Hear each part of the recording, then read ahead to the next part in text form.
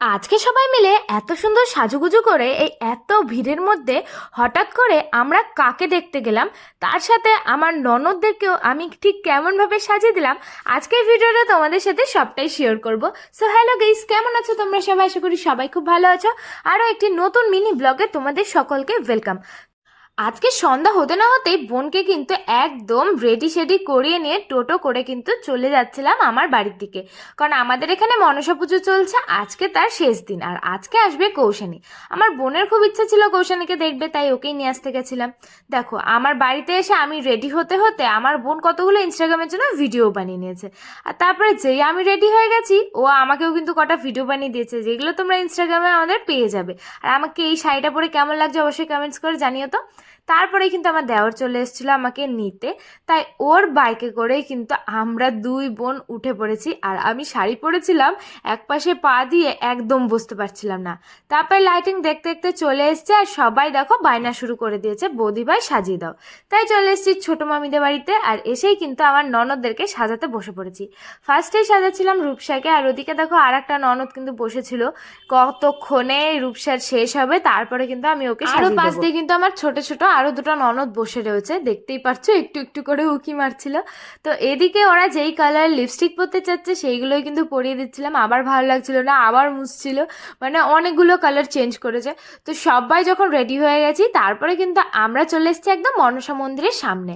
এখন এখানে দাঁড়িয়ে রয়েছে একটু ফটো তুলবো বলে, কিন্তু এদিকে দেখো আমার শাশুড়ি মা মোমো নিয়ে দাঁড়িয়ে পড়েছে খাবে বলে, আর ওদিকে আমার পুচকু ননদ মোমো খাচ্ছে। বাট আমি ক্যামেরা ধরে রয়েছি বলে লজ্জাতে খেতেই পাচ্ছে না, এত লজ্জা পাচ্ছে। আমি বলছি খাও না, কোনো অসুবিধা হবে না। বলছে না, আমি ক্যামেরার সামনে একদম খাবো না, আমার খুব লজ্জা লাগে। কি করা যাবে, আমি কতক্ষণ ধরে ক্যামেরা ধরে রয়েছি, যেই ক্যামেরাটা অফ করেছি অমনি মোমোটা খেয়ে নিয়েছে। তারপরে দেখো আমি সবার সাথে একটুখানি সেলফি তুলবো বলে সবাইকে বলছিলাম তাড়াতাড়ি করে লাইন বাই লাইন দাঁড়িয়ে পড়ো। এখানে দেখো আমরা মন্দিরের সামনে কিন্তু সবাই লাইন বাই লাইন দাঁড়িয়ে পড়েছি, তারপরে কিন্তু ছবিও তুলে নিয়েছি। আর এখন আমরা এই ভিড় ঠেলতে ঠেলতে কিন্তু মেলার মধ্যে চলে যাচ্ছি আস্তে আস্তে। আর আজকে কিন্তু দোকানপাট ভালোই বসেছিল, আর এত লোক ছিল না কি বলবো, সমস্ত দোকানপাটের প্রচুর আজকে বেচাকেনা হয়েছে।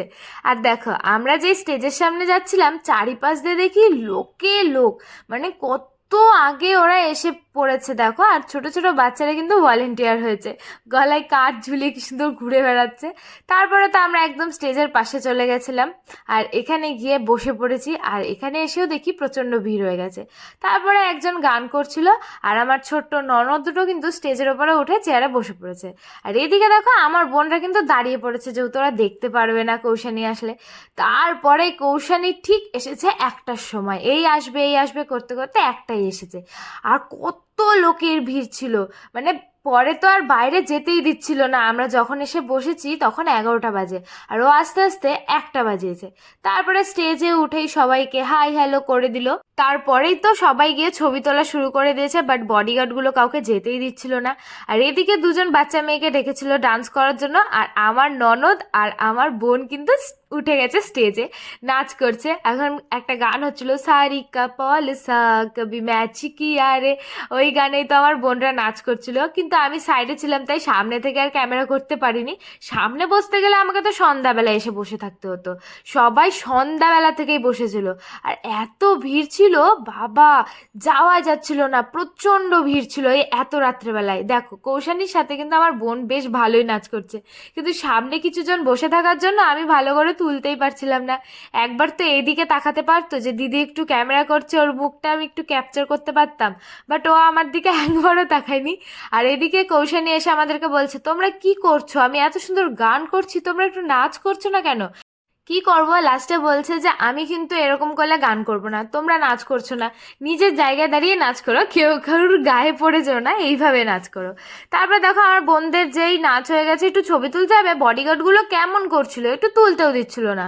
তারপরে বোনকে বললাম ওখানে বসে থাকবি, পরে গিয়ে ঠিকটুক করে ছবি তুলে আসবি। দেখো এখানে এসে বলছে তোমরা ডান্সই করছো না, একটু ভাসান ডান্স করো যেরকমভাবে ডান্স করে।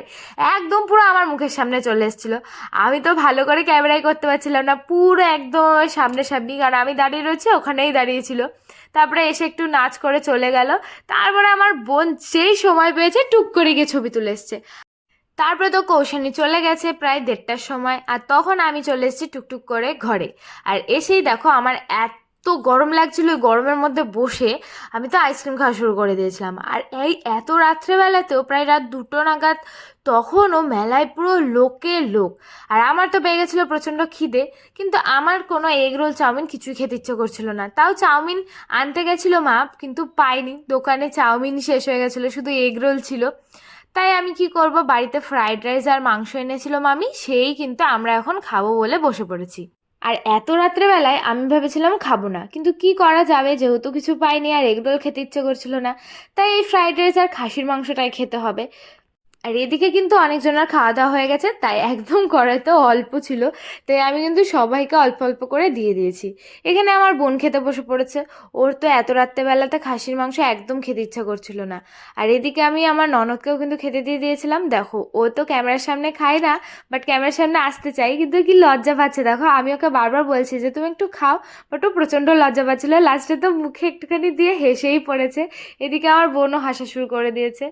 কিন্তু এই মাটনটা যে রান্না করেছে এত বাজে করেছিল, প্রচণ্ড নুনে পোড়া ছিল, কি আর বলবো, জল দিয়ে মা জ্বালিয়েছে তাও নুনটা একদম যায়নি।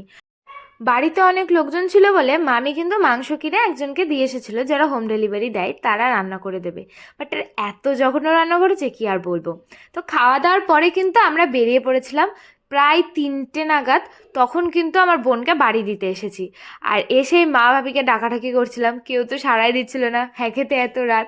তারপরে মা বাপি দরজা খুললো, বোনকে বাড়ি দিয়ে টাটা করে কিন্তু বাড়ির দিকে রওনা দিয়েছি। তো আজকে ভিডিওটা কেমন লাগলে জানে, ভালো লাগলে শেয়ার করে দিও, আমার পেজটা ফলো করো। তো আজকের জন্য বাই, দেখা হচ্ছে নেক্সট।